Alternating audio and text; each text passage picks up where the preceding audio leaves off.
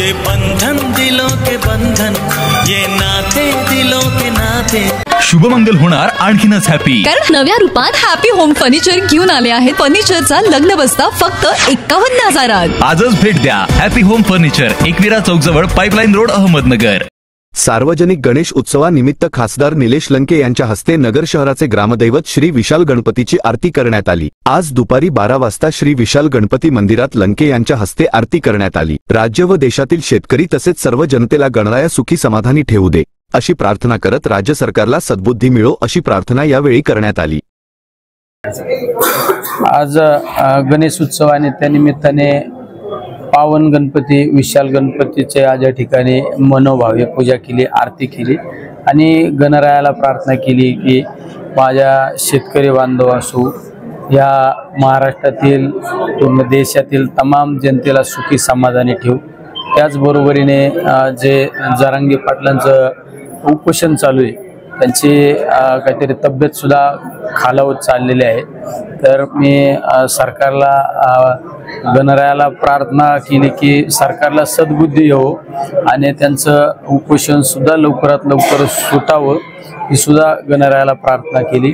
आणि या महाराष्ट्राला, या देशाला गुण्या गोविंदाने आणला पाहिजे, कारण या सरकारच्या कालखंडामध्ये जातीय तेढ निर्माण करण्याचं काम जाणीवपूर्वक केलं जातं, ते सुद्धा कुठेतरी थांबलं पाहिजे। हीच या ठिकाणी मनोभावे प्रार्थना करून गणरायाला प्रार्थना केली। शेवट सरकारने नोटीस बजावणे या सगळ्या गोष्टी करण्यापेक्षा आता ठोस निर्णय घेतला पाहिजे।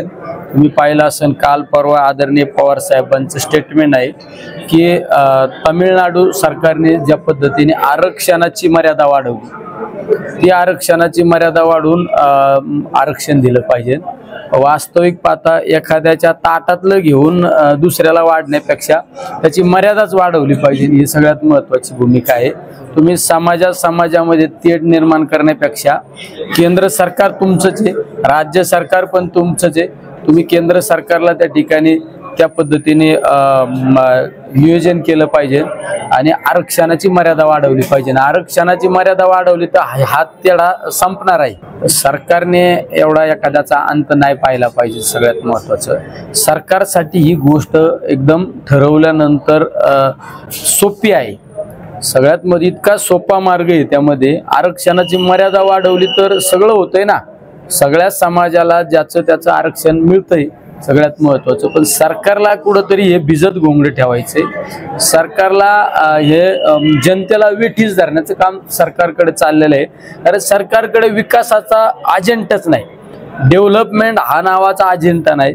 केंद्र सरकार असो किंवा राज्य सरकार असो, मग त्यांच्याकडे एकच अजेंडा आहे, समाजामध्ये तेढ निर्माण करणं, संघर्ष लावून देणं, हा सरकारकडे अजेंडा आहे। त्यामुळे ते त्या अजेंड्यावर ठाम आहेत, त्यांना आता तरी सद्बुद्धी आली पाहिजे। हीच गणरायाला मी प्रार्थना केली, सरकारला, सरकारच्या प्रमुख मंडळीला सद्बुद्धी येऊ दे आणि जरांगे पाटलांचं उपोषण थांबलं पाहिजे, ही सुद्धा या ठिकाणी आम्ही भावना व्यक्त केली।